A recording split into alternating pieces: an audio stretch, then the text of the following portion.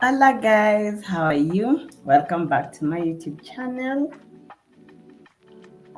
where I talk about life, nutrition, and experience. My name is Charity Onyonyi, I'm a certified nutritionist, and today I'm wearing my cap as a nutritionist, talking to you guys about rediscovering joy in nutrition. I'm going to look at the clinical pressure to just finding purpose in what you do, either if you're in the professional setup, you're in the private sector, or you're just doing your own thing. I feel like this episode will resonate with you. I'll try my best not to make it long because I'm really juggling a lot, and finding time to create for you guys is really starting to be a hassle. So this is going to be a reflective episode. If you've noticed, I've been a very reflective mood this October, and we are almost ending it. So I said let's end with a reflective episode because it's a while since I talked about nutrition as a profession, and today we're going to do 10 Q&As.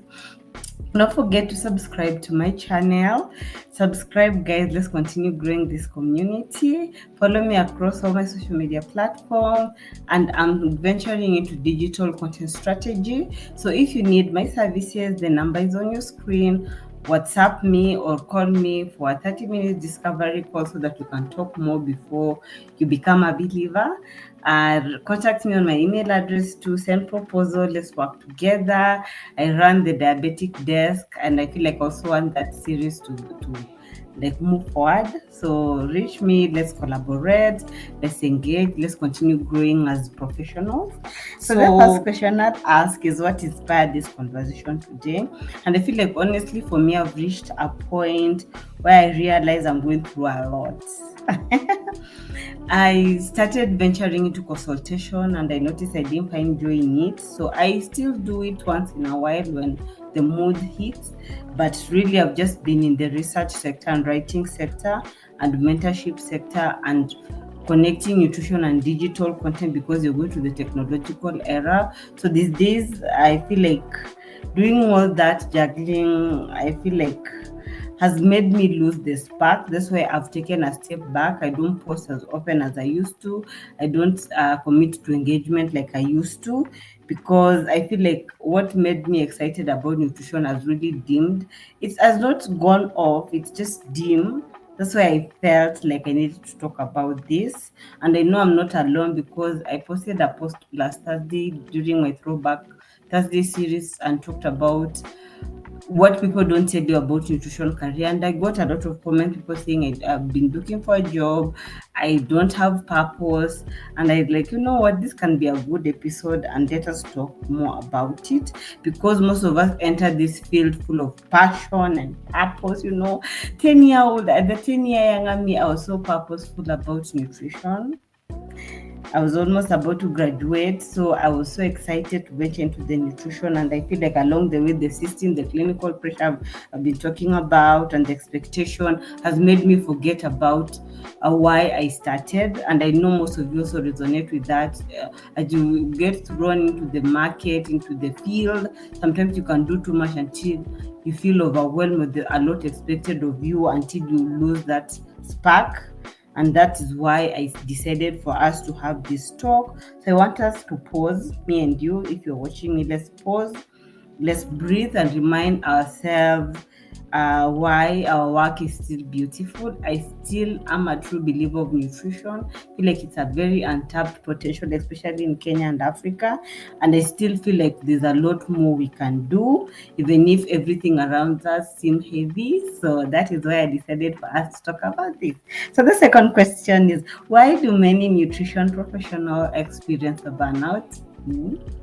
Because I feel like there's just an invisible weight upon us, especially when you look at nutrition just only as a science. That's why I try to incorporate the emotional, mental aspects and nutrition. And let's be honest, guys, nutrition is a science. We offer our services, yes.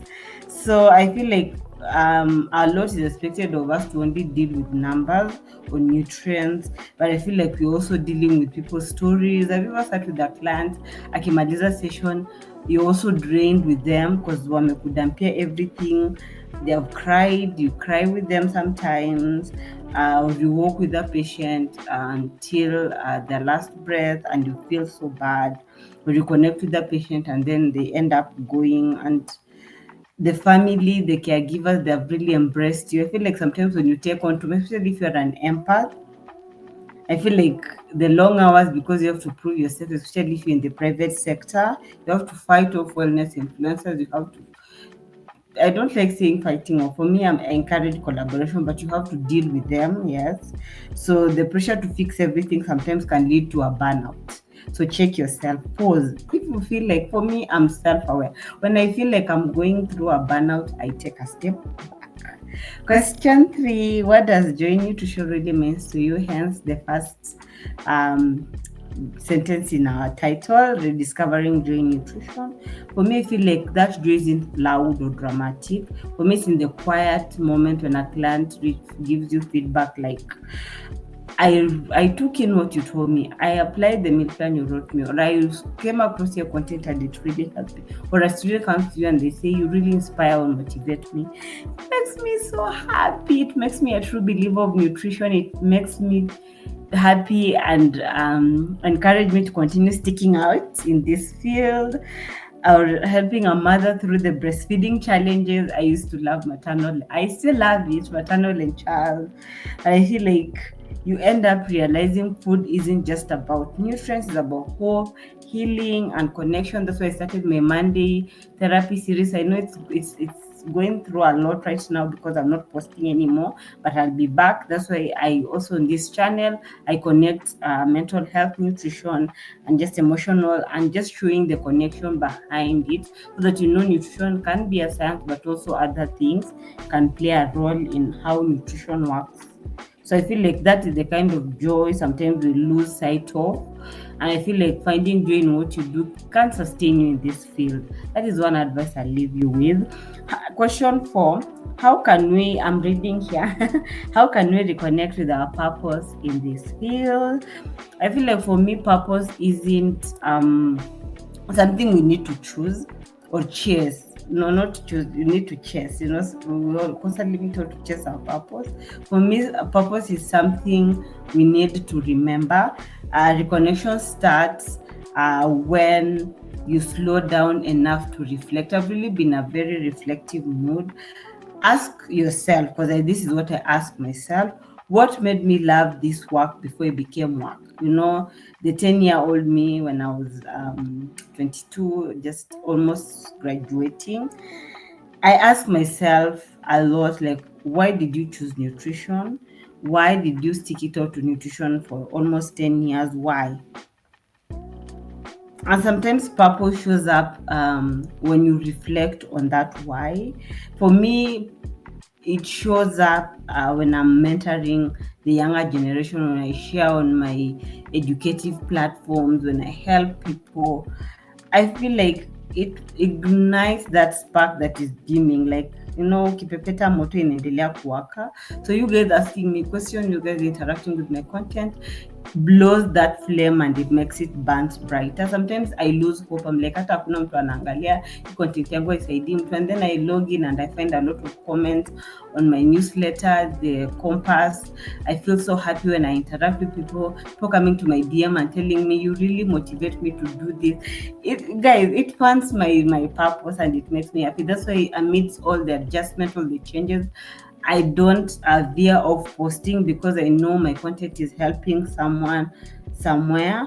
And in this storytelling, it reminds me that my small daily action are helping. Or I like saying tawacha video up a rippling effect. There's a pond almost where I live. I usually just go when I feel down, I throw a stone, and the rippling effect, it makes me think about myself and the content and the rippling effect it has on you guys. So I feel like you don't find purpose, you return to it because you already have a purpose.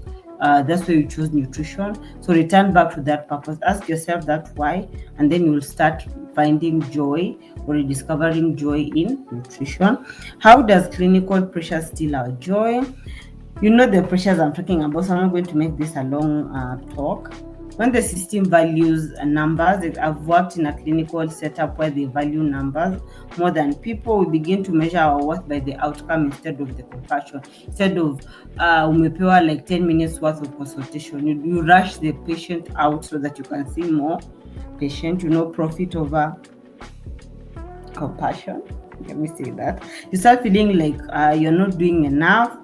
You need to fix every problem because you have to get the numbers, but we are not machines, we are humans. Like kuna time nilikuwa naambia bu mwache kuniharakisha, because for me I don't like when someone pushes me and I don't want to get pushed. When you forget the story behind the lab results, why is my patient's sugar still high? Why is the weight constantly going up? Kama to make interventions, you disconnect from the heart of nutrition. It's a service. Yeah, it's a service. You will sit and listen. You'll create rapport. That is when joy starts to fade. I was working in that private facility. By the time I left that place, I was burnt out, but not because I stopped caring. I care. Hata wengine up to now nilitoka huko kitambo, but they still reach out because of the impact I made in their lives. Yeah. I feel like when you care too much and you're limited in the space, sometimes it can really steal your joy. Utakuwa unasema sasa mbona nimwambie na wanaenda kuniharakisha. It doesn't even must do anything at the end of the day. And that is a wrong mentality to have, to really steal your joy. How do we set boundaries without feeling guilty? I recorded an episode. Go back to my earlier episodes where I talked about creating healthy boundaries. Or I think I talked about it in my podcast. I feel like I should go back to podcasting. Boundaries aren't walls. I feel like for me, they are bridges to protect what is inside, what is me, what is your client. Rest doesn't mean you don't care. Telling someone, you know what, I just need to log off for a while, I'm tired. It means you care enough to come back when you're fully rejuvenated, replenished. So start small, finish work on time. Say no to when you're given too much. And I feel like in the private sector, saying no, they do not want to hear that. They don't want to give you time to rest, to recuperate. It's always move, go, and then you end up feeling a burnout, and then you don't give your best. So remember, you cannot pour from an empty cup. You can only serve sustainability or sustainably if you serve from an overflow. Me, when I notice one of my cup is dry, I really, really run away from things that make my cup dry. So you should also take that advice. What role does community play in finding joy again? And for me, I feel like a huge one. You guys, you bring me joy. You make me happy. You're my loves, by the way. Joy grows in connection when I connect with people, when I'm called on webinars, when I interact with students, they come to my inbox. That's why I leave my number everywhere. If you want to talk, come, we'll talk. When you isolate, your mind convinces you you're feeling alone. But when you share your story, like I share on tough days when I don't have anything to record and I talk candidly, those episodes usually get a lot of views. But when I script it, mnaniambia unajua umescript, you don't watch. But when I'm candid, you guys give my video views. That's why I decide to go towards this route. The doubts, the wins, you remember that others get it too when you get comments and people experiencing what you're experiencing, especially in this nutrition field across Africa, across the whole world. Whether it's mentorship circles, we have our TNC WhatsApp group. Please join. You'll find a lot of networks there. Your colleagues, community, they remind you that you're not broken, you're human. So if people are talking about the same thing you're going through, like, you know what, I'm also going through this and it's okay. Yeah, so we had to question it. How can we stay inspired daily despite challenges? Inspiration, the last episode. Guys, go watch it. I talked about inspiration, so I don't feel like I want to talk more about it. So start with gratitude. Jot down one thing that reminds you of why you do what you do. Jot down why you're grateful for being in the nutrition field or being a nutritionist. Consume meaningful content on LinkedIn. I know there's a lot of shiny CVs, but when I want to jot down my mind, I go to LinkedIn because I follow like-minded people. So when they share things that I don't know, I get to read and continue reading. Podcast, listens to podcasts. I think I'll go back to podcasting. When you have a message, faith, everything for me that feels my spirit. So remind yourself that you get to do this to make people's life better through nutrition, through food, And I feel like that purpose will tone down the pressures that come with being in the nutrition field. So question 9, what would you tell someone who is thinking of quitting? Because I know most of you are, if you're watching me, don't quit. Pause. When everything feels too heavy, maybe it's not a sign for you to stop. Please, I know me nimepakwa na heaviness. I think each year I always experience a heaviness, but I take a step back, I pause, I breathe, I rest and realign, and then I come back feeling more energized. So ask yourself, what would happen if I stayed, but differently? Like, kama nimeona consultation is not my forte and I'm good at content creation, why don't I create content on nutrition? If you need more ideas, I have a lot of PDFs I create, guys. I think I'll be selling them for 100 to 200. They are off depending on the number of pages. A lot of hooks, a lot of headlines, a lot of content you can work on. Reach me on this number. Let's talk. I feel like you need to shift your role sometimes, and it's not wrong. Slow your pace. Simply allow yourself to breathe again. You're allowed to redefine your relationship with your work. It's not quitting, it's evolving. That's why my number is open. That's why I'm going to digital content strategy, because I feel like I'm a good strategist. Yes. So reach out and let's talk. The last question, what's one truth you've learned about purpose and joy? For me, I feel like purpose isn't found in achievement. Okay, it is. You feel good when you achieve, and you keep on pushing to achieve. I feel like for me, it's found in alignment. When things align everywhere, like in my personal life, in my career life, in my digital content life, I feel fulfilled. But I feel like others do find purpose in achievement. I'm not saying it's wrong. And joy isn't the absence of struggle. You will struggle. If you are a young person watching me, you will struggle, and that is part of being in the field. I know some people they had it easy. Every journey is different, but for me, I'm a planner. I prepare myself for any rainy day. So I feel like it's presence of meaning. You'll find meaning in what you do. When you show up with compassion, when you serve with authenticity, especially in the social media space, when you choose to see the human before data, and I know in this day and age it's very difficult, that for me is purpose. For me, when I want to work with someone, I look at what you bring to the table in terms of your alignment with your purpose, my beliefs, are we in the same road? And then I know we can work together. That's why I have limited collaboration, because I'm really picky with people I collaborate with, because I want us to be on the same page or the same book or the same wavelength. Yes. So that's all I had for you today. Thank you for watching.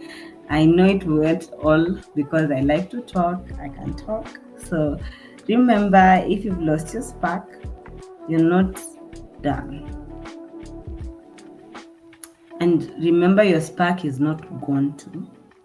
It's waiting for a slower kind of version of you to feel it again. So nutrition is hard work, and hard work deserves joy.